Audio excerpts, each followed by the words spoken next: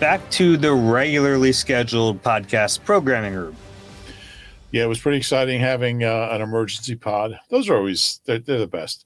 Like you're just sitting around, you think it's going to be a quiet day. Next thing you know, you're doing a pod. It's great. It is fun. This is the Eagle Eye Podcast. He's Reuben Frank. I'm Dave Zangaro.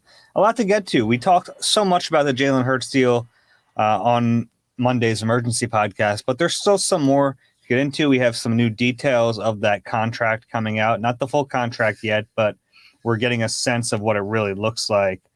And then we want to talk about Budda Baker, the possibility of a trade for him, the roster construction now that this Jalen Hurts deal is in place. And we're going to continue our look at the best and worst Howie Roseman draft picks by round.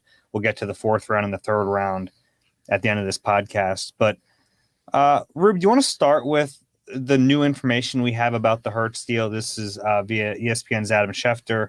And I think there's a very real reason that these are the numbers we're seeing right now, but it does give us a very good sense of just how this deal was constructed. Yeah, and honestly, when I first saw, and what we have is the first 4 years of cap hits, which are shockingly low to me, I thought it was a mistake. Schefter doesn't make mistakes. Well, yeah, I don't know. I guess everyone makes mistakes. I don't know.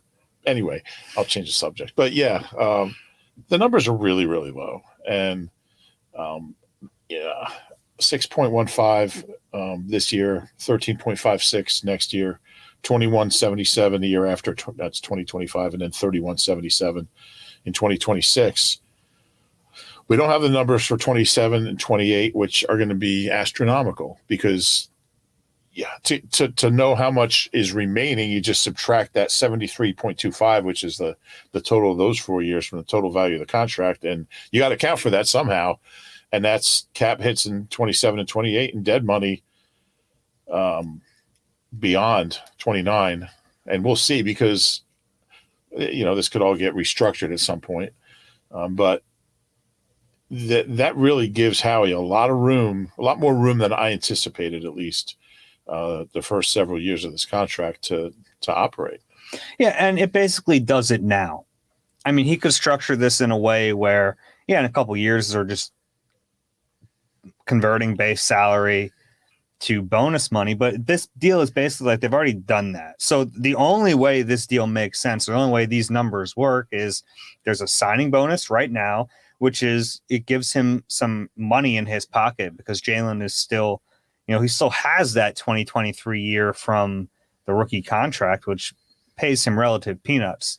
But then it has to have option bonuses in the subsequent 3 years, like large bonuses that keep his base salaries really low. And it's a smart way to do this because they're probably going to do it anyway at a certain point. All these times we hear about they restructured Lane Johnson's contract. Well, this is what they're doing. They're converting base salary to option bonuses, those option or whatever bonus money, those bonus monies then prorate over the length of a contract. And that the length of the contract in this day and age includes these dummy years that they use. And it in a way, it's a kick the can method, obviously, but the cap is going to continue to rise. And that's why they feel pretty safe about doing it this way. Even they got through it with this method during a year where the salary cap didn't rise. It took a hit in COVID and they still weren't completely hamstrung. So right. It's a wise way to do business. Yeah, they're basically eliminating the step of the high base salaries and then restructuring. They're just starting with the restructured contract. Basically, to give you an idea of the cap, it was in 2020, it was just under 200 million. It went down to 182 in 2021. Revenues went down. Obviously, there are no fans in the stands in 2020, or very few. And those cardboard cutouts did not buy as many hot dogs as you'd expect. 2022, it bounces back to where probably just under where it would have been, 208. This year, and these are the unadjusted cap figures. Every team has a different cap figure based on how much rollover they have. But the basic starting point this year is 224.8, and Jeff at Over the Cap has projections up through 2027 256 next year, 270 in 2025, 298 in 2026, and 328 in 2027, which is, that's about 100 million higher than this year in 4 years. So by the time these big numbers kick in, the percentage of the cap that they're accounting for is going to be relatively low. Yeah. And that's the beauty of the way Howie does things. And this is just kind of an exaggerated or magnified version, I guess. Sure. Yeah. It's like this is that times as much as you can go within the confines of the structure. Yeah. But I just looked at the Jordan Mailata restructure that came down last week, and it's very similar because it's they actually don't even really save any cap space this year, but it's in subsequent years, and they've structured it in a way with bonuses triggering in those subsequent seasons. So it's basically like, yeah, we'll do this now instead of doing it in the future. And we've talked about this before. The reason the player does it is because they get that chunk of money right now or right when that bonus hits, and there's a lot of incentive for that. Now they you could argue they lose leverage a little bit, but they get money. And it also takes a franchise that has enough liquid to do it, and an owner who's willing to put out the money. Yeah. Because it's like we talk about these figures like, yeah, it's 17 mil, but like someone's got to pay that. Yeah. And that man is Jeff Lurie, and he has it. He's doing quite well for himself, I've heard. So as long as you have an owner who's willing to do it and to give you the money, then you can play around with the cap space. Yeah, and it makes you appreciate Jeff Lurie. And we've seen owners here who didn't want to spend the money, had it, but didn't want to spend it. Mm-hmm. And you see what happens. You can't compete. You can't compete like that. And in a salary cap league, it's like you're trying to find anything that gives you an advantage. And if you have an owner willing to do it, and you have cap people or front office folks who understand it and can try to finagle it as best they can, it does give you a little advantage, because you're searching for any kind of advantage in a salary cap league that you can get, because, it like baseball even has the luxury tax now. It's like you pay whatever you want. That's why like Carolina right now is got the biggest coaching staff in NFL history, because there's no cap. And if you have the money and you feel like that's going to help the team, then you can do it that way. It's always interesting to me, like when Jalen gets like the first big check, first big, like, they always have the shot of him, like the guy signing, but I'm sure it's direct deposit, right? I mean, well, he's signing the contract. But they show like they have the big like facsimile checks and stuff. That's like for charity. I don't think I've ever seen them give out like maybe not. A game check as a big check. Yeah, you're probably right. Yeah. Let's talk about Hannah Montana some more. There's a great scene from The Office where they're trying to give money to a foundation for rabies, and they're trying to find out how much the giant check would cost, and they're like, yeah, it's not worth it, but the giant check is cool. Like, it's because you got to pay to just get that to pay for the giant check. I love Barrett has a great story. He's told it before, so I feel okay saying it. His first like game check he got in the NFL, like he never had money like that before. He tried to take it down on like Broad Street to a check cashing place, and they were like, yeah, Barrett. I know a lot of guys, and this is off topic, but that seems to happen a lot around here. A lot of rookies, when they get that first game check, are surprised how small it is. They don't know about, taxes coming out, and obviously they're in a tax bracket they've never dreamed of.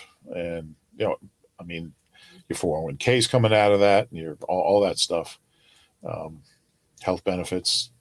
So, guys, it is pretty cool to see. I mean, it's all direct deposit now, but I remember when guys would actually get that first check, and they, be walking around holding it up and celebrating. It's really cool to see.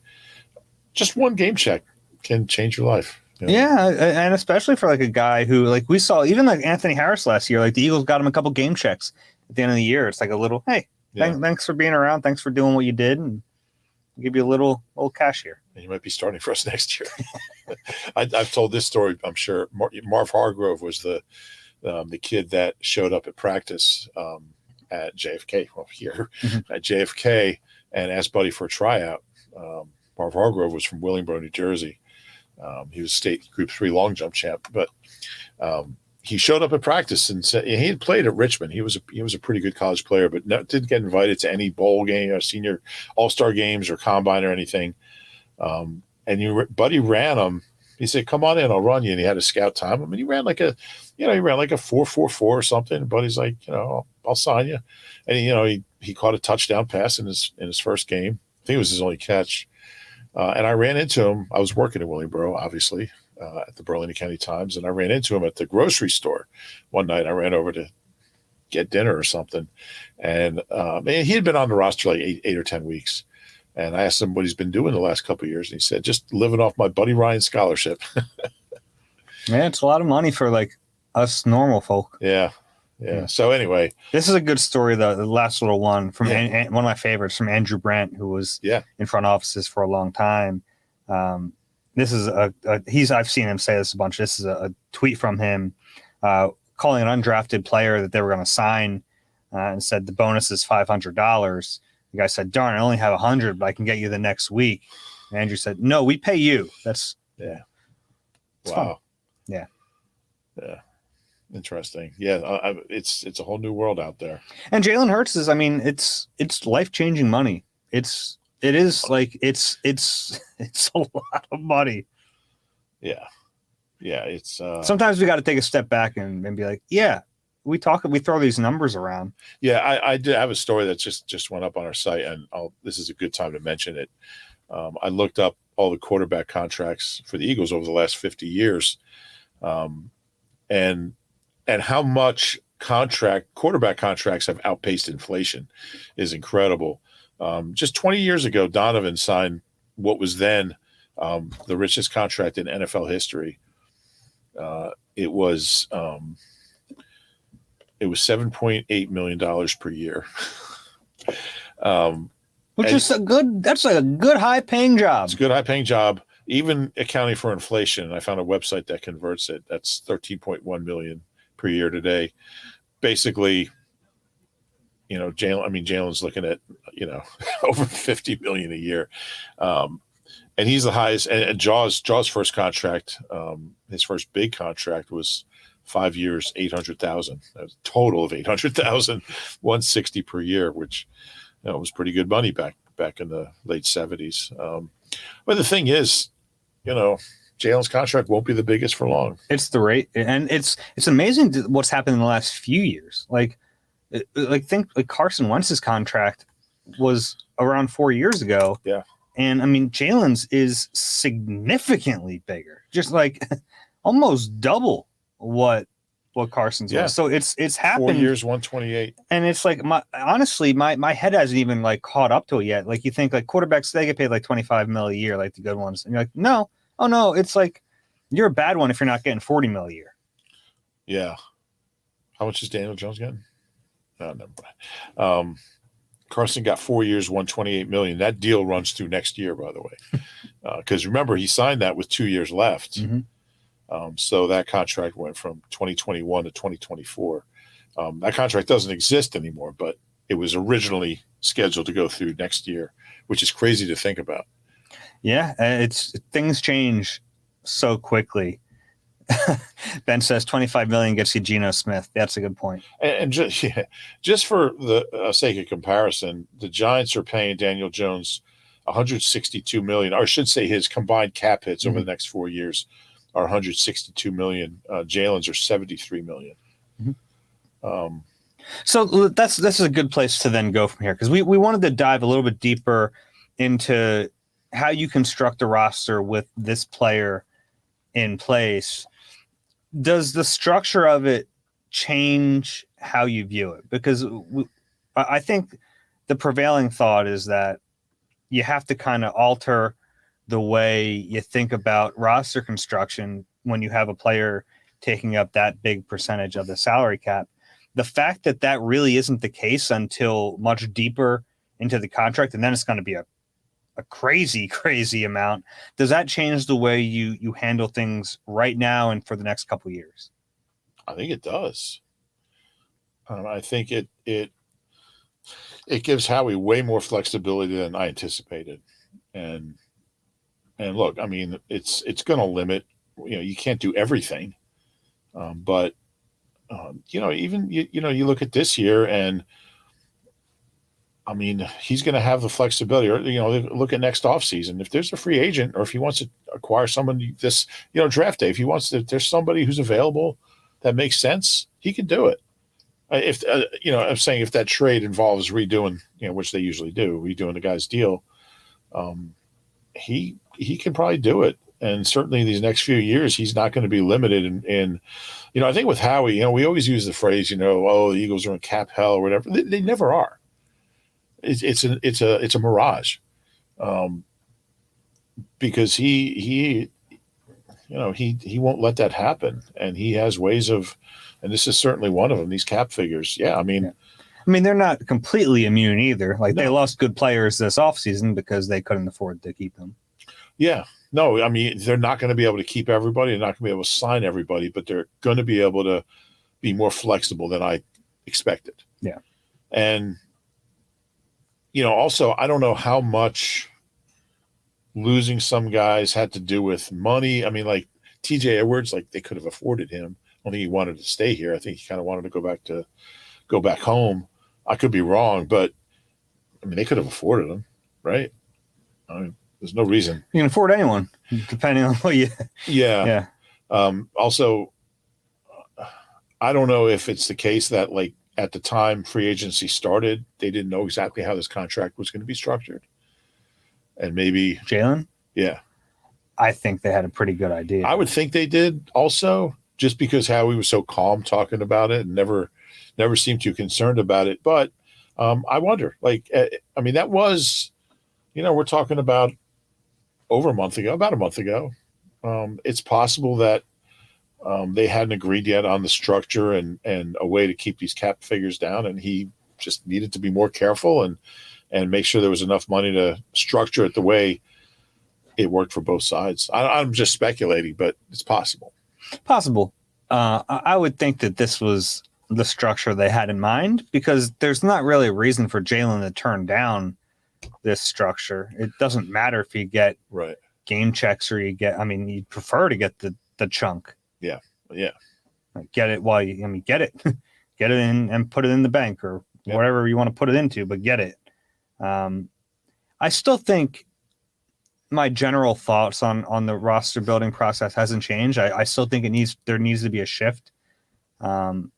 Even though this isn't like overly prohibitive, I think you still need to focus on finding starter and a few like really good starters in the draft when you have those high picks, those first rounders, those second rounders, those third rounders. And the Eagles have a lot of them in the upcoming drafts. They have 4 picks in the top 100 this year. They haven't drafted 4 players in the top 100 since 2013, and they might not do it this year. We'll see how they move around, but that's a really good opportunity for a team coming off a Super Bowl.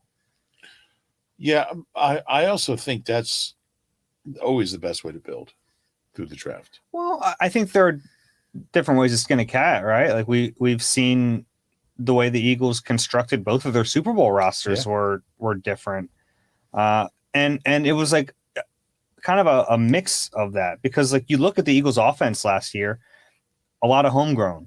Look at their defense, less. Right. They're still obviously homegrown players, Fletcher and BG and Sweaty, TJ, but more free agents on that side. Whereas on offense, they drafted all but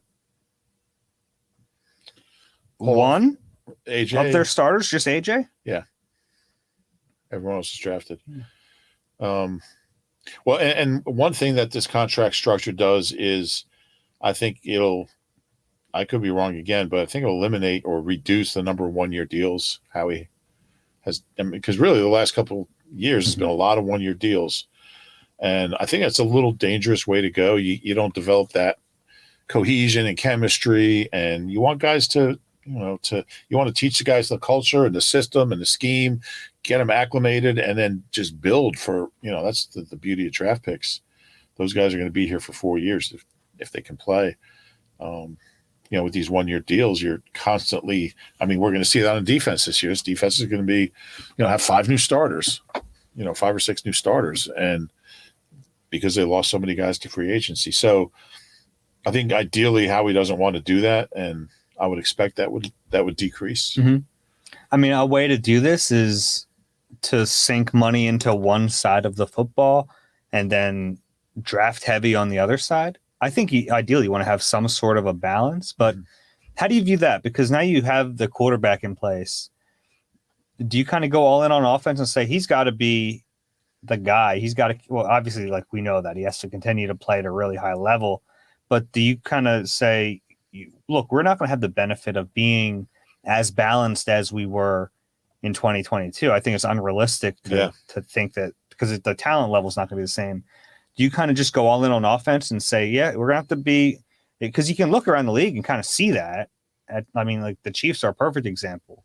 The Chiefs and the Bills to a certain extent have kind of shifted when you have the quarterback with the contract. Yeah, it's interesting. I think there's something to be said for that, and especially picking at 10 where they probably hope they don't pick at 10 again for quite a while. That kind of takes you to the Bijan conversation. I'm just looking at their offense. I mean, they don't have a running back signed long-term. Gainwell signed for 2 years, but, AJ signed through 26, Devontae for 2 more years. Dallas he signed through 25. Mm-hmm. The O-line, Lane signed forever. Kelsey signed till whenever he doesn't want to be signed. Jordan through 25. Landon's on his 2 years on his rookie deal. Obviously, Cam's got 3 years on a rookie deal. So, you can make a case that they're like one weapon away from really having a complete, whether it's a tight end or a receiver or a running back, you get one more weapon in here, and this offense is something that you can really build on for a few years. Yeah, and I don't even know if it's contingent on getting another weapon. Maybe not. Yeah. They don't really have a running back, depending on how you feel about Gainwell. Or Penny. But, Penny's a 1-year deal. Gainwell, at least they have for 2 years.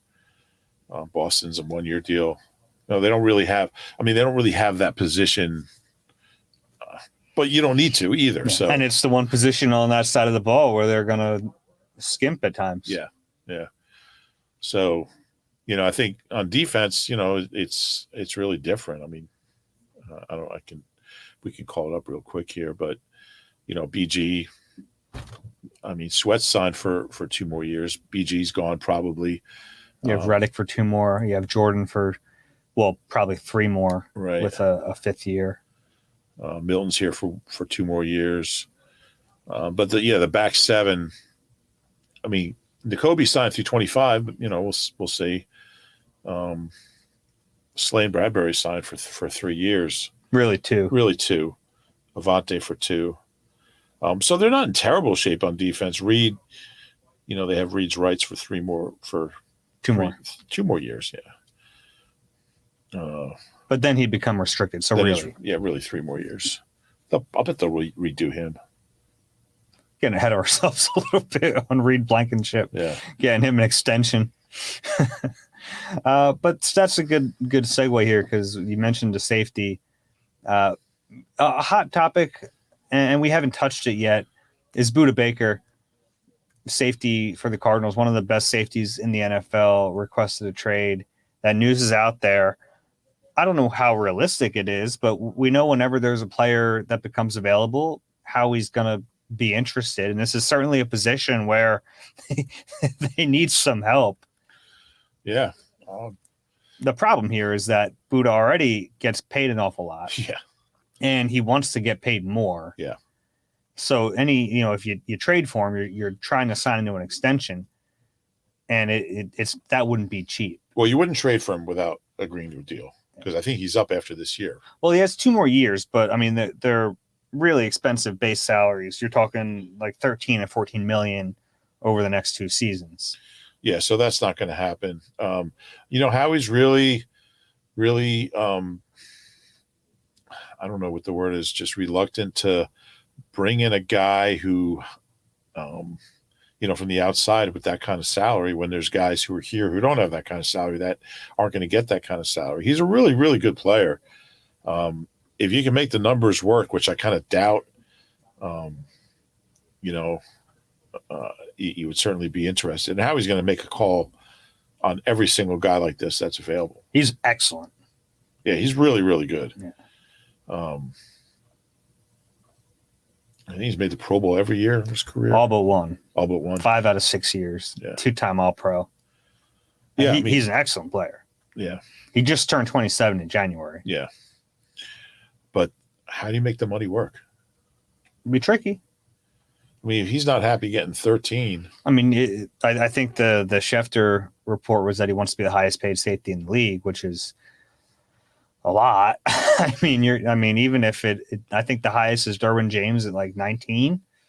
But even if you're talking Jesse Bates money at 16 per year, that's significant. Yeah. I don't see it. Just don't see it happening. But like, if you're going to overpay, you'd be overpaying a guy who in his prime has the body of work, been pretty durable. Yeah. Hasn't missed a ton of games. Derwin James, 19.1. Minka is at 18.4. Jamal Adams, 17.6. Jesse Bates, 16 with that new deal. And then Harrison Smith's at 16. So Budda's already at number 7. He's not real happy with that. So the Eagles' highest paid safety is Terrell Edmonds at $2 million. He's 61st. I'd love to see it.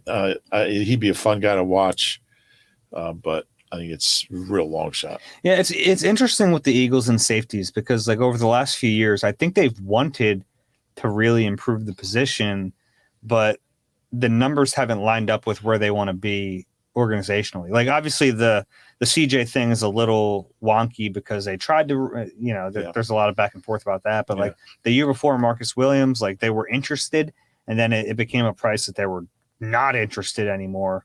So I think they've shown like they want to get a really good safety, but they're not willing to spend top dollar for one.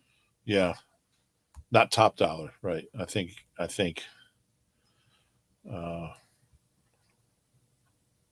he'd spend good money, but yeah, certainly not $20 million. Yeah, and that's what I think he wants. I don't know if he'll get that. Yeah, but if you trade for him, I mean, you want him to be happy. So I think it would be contingent on a new deal. Yeah, no question. Catch all the sports action and more at Rivers Casino Philadelphia. Whether it's the money line or the pass line, there's something for everyone in a great sports book.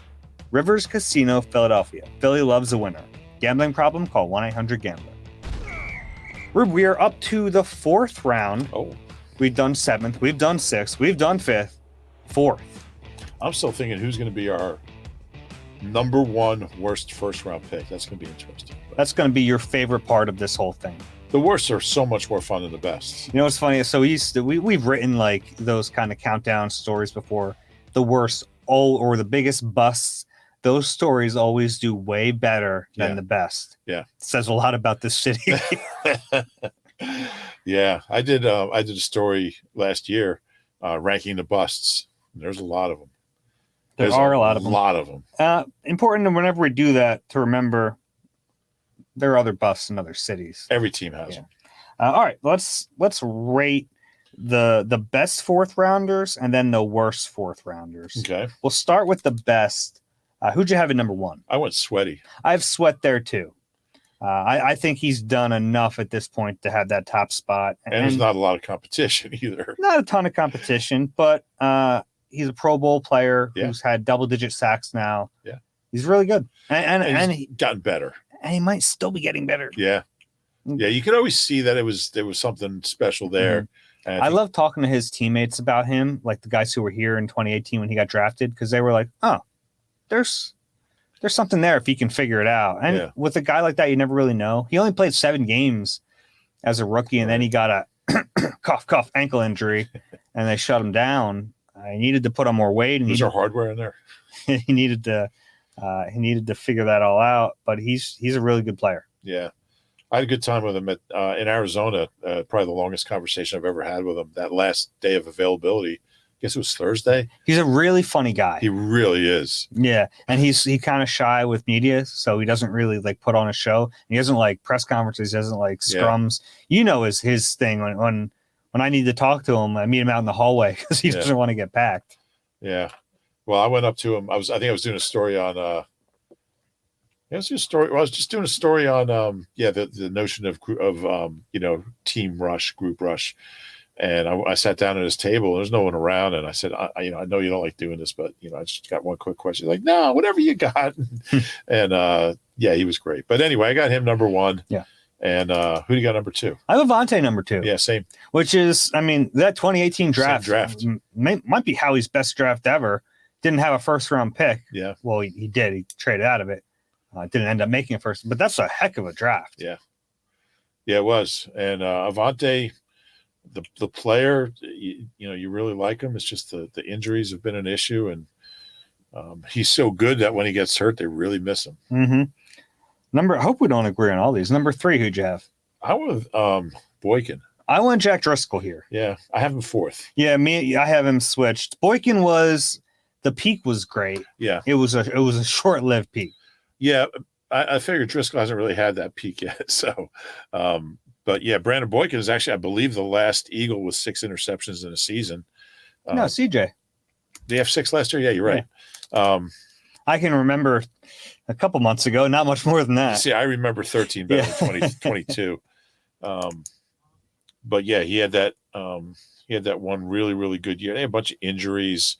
That was didn't he have one leg that was shorter than the other? Yeah. His career really fizzled. Yeah, he was out of the league at 25. Huh. But yeah, I put him ahead of Driscoll just because, for that 1 year, he was so good. And he was playing slot. He wasn't starting. He got all those picks as a inside corner. And you're right. That was the beginning of where nickels were kind of full-time players, but not to the extent it is now. Right. Yeah.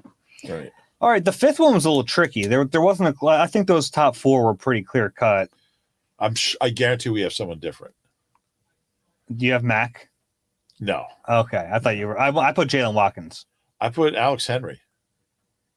Alex Henry, after the 2013 season, was the 6th most accurate kicker in NFL history. He was also a kicker at 86%. They drafted in the 4th round, but he was at least a functional player. Functional kicker. He won games, 86%. He was 74 for 86 as an Eagles kicker. And he was here for 3 years. 3 years. It's not a great use of a 4th round of a pick. I didn't say it was great use, but it was better than who you have? Jalen Watkins. It's better than Jalen Watkins. Jalen Watkins played safety. He played nickel. He played him equally poorly. He played 36 games, 5 starts. I can't go with the kicker. How many big plays did he make as an Eagle? So let's say interceptions plus forced fumbles plus sacks plus fumble recoveries. Well, sacks 0. 2 tackles for loss. I didn't say tackles for loss. Big plays. 8 pass breakups. He was with the Chargers when he had those. 0, 0, 0, 0. Never made a big play. I'm not going to continue to argue with you about Alex Henry versus Jalen Watkins. Alex Henry made game-winning kicks for this team. He made game-winning field goals. They were all like 21 yards. And you could have found a guy on the street 74 he was 6th most accurate in NFL history. Yeah, because they didn't attempt any kicks longer than 40 yards. It's not his problem that it was his fault. Offense was so good. No, it was his fault. They wouldn't attempt anything farther than that. Well, he was a high percentage guy. Okay. Look, I'm not saying it was a great pick, but I'd rather have him than Jalen Watkins. Now, if it's Jalen Watkins' brother, I'll probably put Sammy ahead of him. Okay. All right. Let's go to the worst 4th rounders. Number 1, I think we're going to share this. I'm guessing. Barrett's favorite player. Yeah. Look, I feel so bad because we always crap on him. Yeah. But Donnell Pumphrey was a bad pick. Yeah. It was a bad pick in a draft where that was the moment where Howie Roseman stopped telling us what positions he thinks are deep in drafts because he's talked about how great that running back draft was, and they got a guy who never played in the league. Yeah, never played. Great kid. Yeah, really nice guy. And look, at the time, we questioned the pick because he was this between the tackles runner at San Diego State, and he wasn't going to be that in the NFL, and it never translated. Yeah, leading rusher in college football history. I don't know if he still is, but he was prolific. Next guy, I got Sharif Miller next. Sharif Miller too. Yeah. Never did he play? He played one snap against Houston, I believe. Yeah, I mean, he got in fights in training camp. Local kid, so it was a great story. He was a late 4th round pick. George Washington High School. Yeah, he was a very late 4th round pick, wasn't he? He was played 2 snaps on special teams. He was picked 138, so not that late. Yeah. Pretty late, but I remember him talking about the pressure that was on him being a Philly kid playing here and how hard it was. And everywhere he would see people in the neighborhood, and, how can we make playing? And that was really hard. I think that's something that I don't know if Howie would take it into consideration, but it's not an easy thing. Yeah, if you're a star player like Hassan Reddick, like I think some of that pressure, you still have that pressure, but I think a little bit, you're a young kid, you're getting drafted here. I think that's a little tougher. Yeah. We might change a little bit here. We might be different. I think so. Who do you have at 3? I got Trevard Lindley. I had him at 4. Okay. I had Mike Kafka at 3. Did you really? Yeah. Well, yeah, I don't have him at all. Okay. Because if Macklin hadn't dropped that pass against Atlanta, he would have had a game-winning 4th quarter comeback.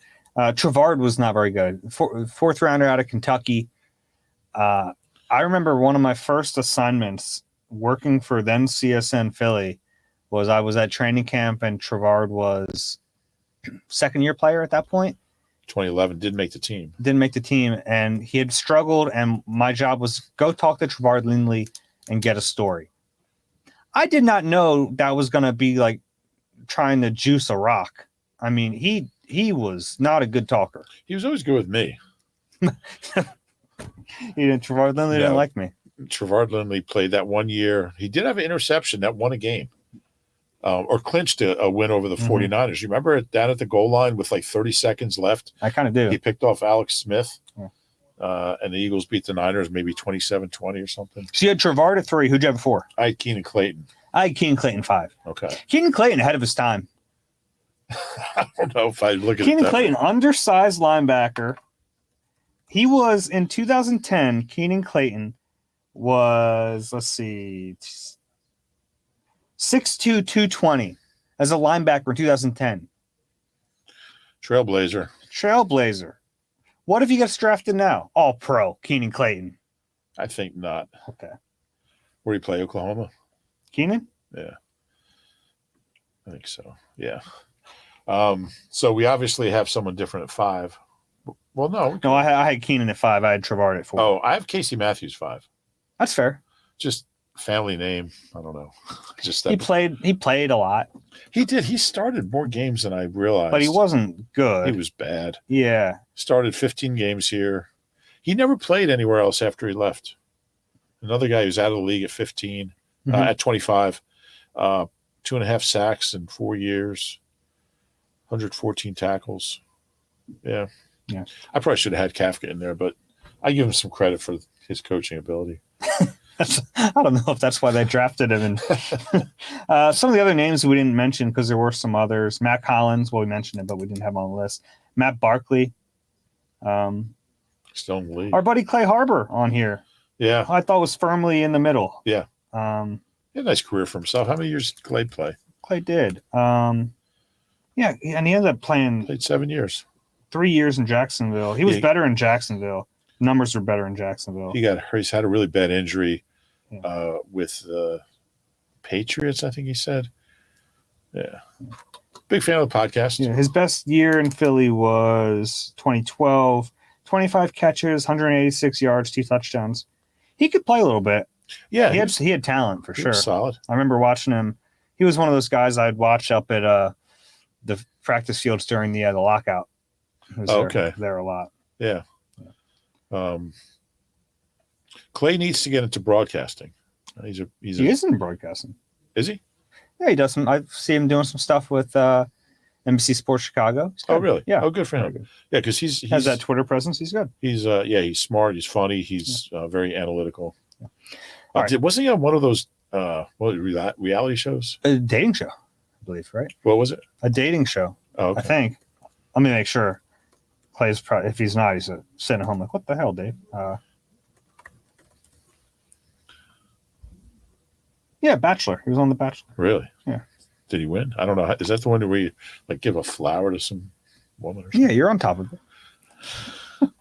All right, let's get to the third round picks. Not a lot of third round picks. This was kind of one of the more surprising things I never really thought about. Yeah. Only 11 third round picks since 2010, but one of those was Jordan Hicks in 2015. So, yeah, we're not counting Chips. Yeah, we're not counting Chips, guys. So this is where would you put Hicks?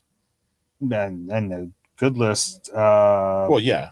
There's only 11 guys. Well, let's third on my list. I had him second, but let's who'd you have first? Nick. Yeah, I kind of went with Nick first. Yeah, Nick, Super Bowl. Nick Foles. Yeah, and look, I know he didn't win, but even if you just look at the 2013 season, that was on his rookie contract. 27-2. Yeah, so I think he goes on. And if he hadn't been here, if he wasn't drafted here, he wouldn't have come back. Right. So kind of lay the groundwork. Well, the interesting ones are after that because there's not a lot to work with here. Well, I have Isaac too. I have Isaac too. Yeah, you would have had Jordan above Isaac. Yeah.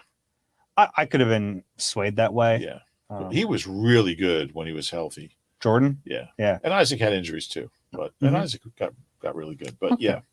3. You have Rasul. I don't have Rasul. Okay. You like Rasul. I have Milton at 3. I have Milton 3. Okay. I have Rasul at 4. I have Rasul at 5. Benny Logan? I put Nakobe there. Oh. Okay. I think it was a really good pick just because he hasn't played. Okay. There's not a lot to work with here. Like yeah. So no, you're right because there's 10 picks and that they have to either be in one list or the other. Right. I had Nakobe as the 5th worst on the worst list, but that's just because he hasn't played. Yeah, I just figure like we're evaluating the pick more than the player. Man, but we're evaluating all these with hindsight. Yeah, I think we don't have enough hindsight. I think Nakobe's going to be pretty good. I do too, but it's all projection. Yeah. So, but I could. I mean, it's a tricky one because I had Benny Logan at 5, and I'm sure he was low on your worst. I had Rasul 5 because I think there was a point where he was the best corner on the team. He was just inconsistent. He just got beat on some double moves. Yeah. He was not a good fit. It's a shame for him because he was not a good fit in Jim Schwartz's system. He would have been a good fit in Gannon's system or Sean Desai's system. And it was unfortunate for him. He was here for one and not the other. Yeah. But he was physical. I liked how he played the run. Mm-hmm. He's a good tackler. Yeah. And he was, he got around the ball. He made some plays, had some picks. How many picks do you have as an Eagle? Yeah, he had 5, I think. That's not that many, but he had 2 as a rookie and 3 in 18. Mm-hmm. And they didn't have any for and it felt like he always he would get some spot starts and he would have a chance. All right, it's his job, and he just would never take it. Yeah, and I think they kind of wanted him to take it. No question. How many players do you think have more interceptions than him over the last 2 years? He's got 9 over the last 2 years. Can't be many. That's a lot. Trevon Diggs has 14. Justin Simmons has 11. And then he's tied for 3rd with CJ, Jordan Poyer, Eagles 7th round pick. Minka has 8. Quandre Diggs has 9, and Kevin Byard has 9. So he's got the 3rd most interceptions in the NFL in the last 2 years. Is he still with Green Bay, right? I believe so. I think he re-signed with them. He's a guy who, he had such a tough life. I mean, remember him telling me he went to a JUCO. I think it was Nassau County Community College. I think, out in Uniondale. He told me once he was so broke. I think he grew up in North Jersey, right? Was he from East Orange? That's what stuck out. I was going to say East Orange. One of those Group 4 schools up along the East Orange, the Northeast corridor. He said he would get McDonald's for lunch and have half of it and have the other half for dinner. I mean, you see a guy like that have success. It wasn't particularly friendly with the media or anything, but I was thinking, I didn't think I really got along with Rasul. I can't. I don't need to. Yeah, but I mean, he's just a guy that, you know, you know what he went through as a kid, and you know, you see him doing well. It's you feel good for him. Yeah. All right, let's get to the worst list. Who'd you have at number one? Number one worst. Rest in peace, Teo. Yeah, I have him there too, and it's a shame. Like you feel bad doing but we're doing the list, and he has to be there. Really unfortunate, and it reminds you that they're people. So, Number two, Curtis Marsh. I'm lockstep with you right now. Yeah, he couldn't play when he was here. Man, I'll never forget Brady at joint practices.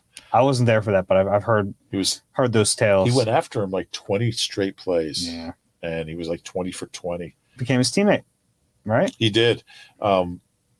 Curtis was he was a running back in college, right? Where did you go? Utah State. Uh-huh. And I remember I wrote it. Remember when the Eagles had a practice at Franklin Field? Oh no, not Curtis Marsh was not his teammate. I was getting my Curtis Marsh and Eric Rowe mixed up. Yeah, I didn't remember that, but I mean, he could have bounced around. He ended up playing in Cincinnati. But he did go to Utah State. Yeah. And he went to Royal High School, which is interesting because Cincinnati Royals. There's something there. But yeah, I have Teo and then Curtis Marsh. And then it gets a little tricky. Mm-hmm. Who'd you have at three? I had Davion. I had Josh Huff. Josh Huff had a couple kick returns for touchdowns. Yeah. So I and then he got in trouble and got kicked off the team. So. Yeah. Yeah. I'm not going to argue. We just have a different guy. I had Davion at 4. I had Nick Kobe at 5. And that's just because I didn't know where else to put him. Huff had some talent. He definitely did. He was a good kick returner. Yeah. In a league that slowly devalues that play. Yeah, he averaged 26 yards kick return and 27.7 as an Eagle, one of the highest figures in Eagles history. That Huff situation was a real test for Dougie P. It was, and I don't think they handled it well initially. Like we're not going to cut him. He's here, and the next day they cut him. Yeah. Maybe they found out some more information. Maybe he wasn't truthful with them, but it was a tough deal, and that was one of many things that Doug had to deal with. His first season, it was lane suspension. It was that. It was a lot. It was Nigel being Nigel. Yeah, and even just the Ertz Cincinnati thing was kind of a big deal that year. Yeah. And this goes to show you what Josh Huff was talented enough to be in the league and play 7-8 years. Yeah. He played 3 games in Tampa after the Eagles cut him, and then he was out of the league at 25. You make one mistake and you just lose millions of dollars. Yeah, it's a shame. So I had Davion 3, I had Benny Logan 4, and then I had Josh 5. So yeah, we were pretty close on these though. That's a little rough on Benny Logan. 2 gapping nose tackle. There's 10 guys. What am I going to do with them? That's fair. All right, this is fun. We'll do second round and first round in the next couple pods. Yeah. Good stuff. What else we got? Anything? No, I think that's it. I want to let people know the Thursday pod might come out a little late. We're hoping that'll be the day we hear from Howie Roseman and Nick Sirianni for their pre-draft availability, but also be our first time talking to those guys since the Jalen extension. So lots to talk about. Yeah, I wonder if we'll be all right, this is now the end of the Jalen portion because it's a lot to squeeze in. Yeah. Yeah, I'm looking forward to hearing what Howie says about how it came together. Yeah. I think Howie would be pretty open about it. I think so. I don't think there's any reason not to. Right. I'm really curious to see what he says about the no trade clause being the first time in franchise history. One thing we didn't talk about in the Jalen deal is just how, we've all seen some really ugly contract situations and how these things can go. You got to give so much credit to the Eagles and to the agent for they were total pros. There was no leaks. There was no accusations. It was just a smooth, clean, and these things can really they can really hurt a relationship between a player and a team. Yeah. Think about Baltimore right now. Even Zach Ertz, but yeah, the Baltimore, What's going to happen there? And it's one thing if it's a tight end, but it's like if it's your quarterback, I mean, you can't. Like I don't. At a certain point, is it just irreparable? Yeah, it's still irreparable, but you just say irreparable. It's not repairable, but it's irreparable. Yeah. If I'm Lamar Jackson, I'm just getting on the phone with Nicole Lynn right now. Just help me find an agent. Yeah, he's got. I think would help. And I'm not a big like need an agent guy, but at a certain point, if it's like become that contentious, it's like I think that's one of the big benefits of having an agent. It's like the agent can say some things that you probably don't want to if you're a player. Right. Is it worth the 10%? I don't know. You gotta make up your own mind. But. I was researching the story I did on the history of Eagles quarterback contracts, and I came across an interview with Jaws, who said that in let's see, which it was his first contract when he got here. So this is really weird. So Jaws was with the Rams in 76, and Charlie Young was a 3-time Pro Bowl tight end here. And their contracts ran out. Now there's no free agency. So they basically had the option of retiring or taking whatever the team gave you. That's what it was. The Rams and Eagles traded them for each other, even though their contracts had expired. Oh, that's interesting. And so Jaws was here. He was the Eagles' property, but he didn't have a contract.